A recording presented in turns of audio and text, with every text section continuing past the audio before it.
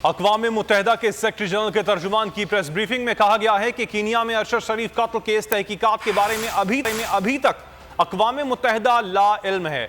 Stephen डेवजरिक ने वाज़ेह Kenya को बाज़ाबता तौर पर ऐसी कोई दरख्वास्त नहीं दी गई, लेकिन हम अरशद शरीफ कत्ल केस की शफाफ तहकीकात के बारे में जानना चाहते हैं।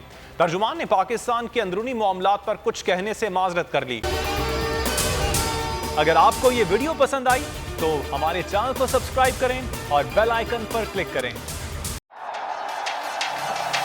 जिंदगी एक मैदान है और PSL 8 में हर टीम को छूना आसमान है। 6 टीमों के बीच धुआंधार लड़ाई।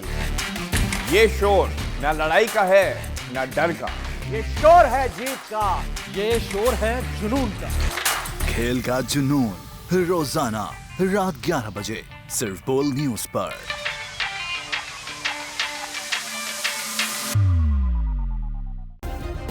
सब्सक्राइब करें और बेल दबाएं ताकि कोई खबर रह न जाए।